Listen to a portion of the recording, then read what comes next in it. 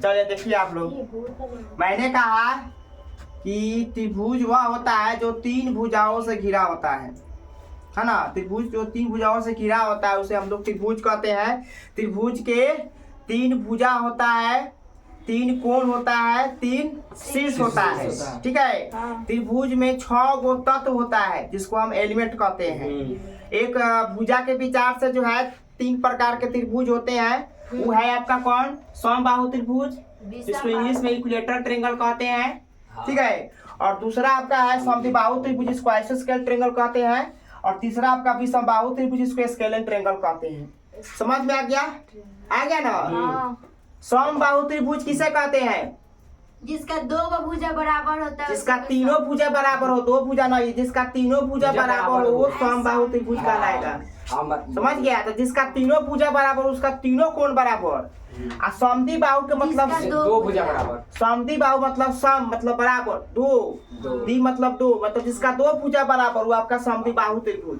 अब विषमबाहु त्रिभुज जिसका 1 भुजा बराबर है वो आपका स्केलर ट्रायंगल यानी विषमबाहु त्रिभुज कहलाएगा। अब देखिएगा आप लोग, देखिए कोण में अब हम कोण के विचार से बताएंगे। कोण के विचार से कितना प्रकार है त्रिभुज का? 3। कोण के विचार से,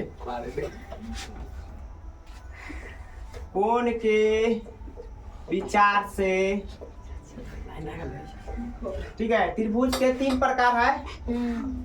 पहला कौन है हुआ? समकोण। पहले समकोण त्रिभुज ठीक रहेगा। समकोण त्रिभुज जिसको हम इंग्लिश में बोलते हैं right angle side triangle.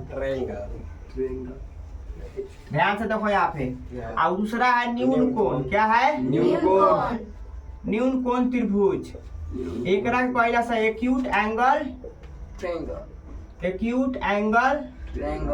Triangle. अब तीसरा हो गया आपका अधिकोण त्रिभुज। इसको बोलते हैं ऑब्ट्यूज एंगल्ड ट्रायंगल। ध्यान दीजिएगा आप लोग। देखिए समकोण त्रिभुज जिसका एक कोण 90 डिग्री का हो, जिसका एक कोण 90 डिग्री का हो वो आपका समकोण त्रिभुज कहलाएगा, है ना। समकोण त्रिभुज में ही हम लोग पाइथागोरस थ्योरम पढ़ते हैं। समकोण त्रिभुज ही पाइथागोरस ने इसको जो है स्थापित किया था समकोण त्रिभुज द्वारा। दूसरा है न्यून कोण त्रिभुज, जिसका प्रत्येक कोण 90 से कम हो और 0 से अधिक हो वो आपका न्यून कोण त्रिभुज कहलाएगा। अधिक कोण त्रिभुज जिस त्रिभुज का एक कोण 90 से ज्यादा हो, 180 से कम, उसको अधिक कोण त्रिभुज कहते हैं। क्लियर हो गया? चलिए अब हम आगे जानेंगे। देखिए हम लोग त्रिभुज का जो है क्लास 10th में त्रिभुज के समरूप भुजाओं के बारे में पढ़ेंगे, यानी जो उसका संगत भुजा एक दूसरे से कैसे बराबर होता है उसके बारे में हम पढ़ेंगे, ठीक है। जैसे त्रिभुज का जो संगत भुजाओं यानी समरूप त्रिभुज के संगत अनुपातों का जो स्थापना सबसे पहले यूनान के थे पाइथागोरस।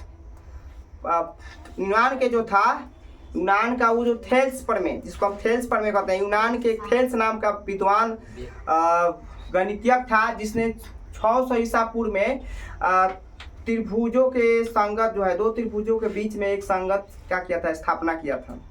समझ में आ रहा है ना? मतलब उन्होंने सबसे पहले थेल्स का ही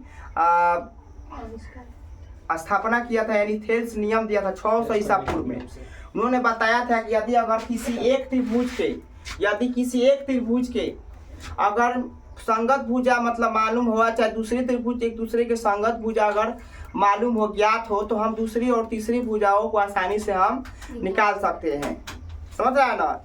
ये किसने दिया था? थेल्स जो गणितज्ञ था, जो थेल्स साहब ने इसको स्थापित किया था। समझ गया ना?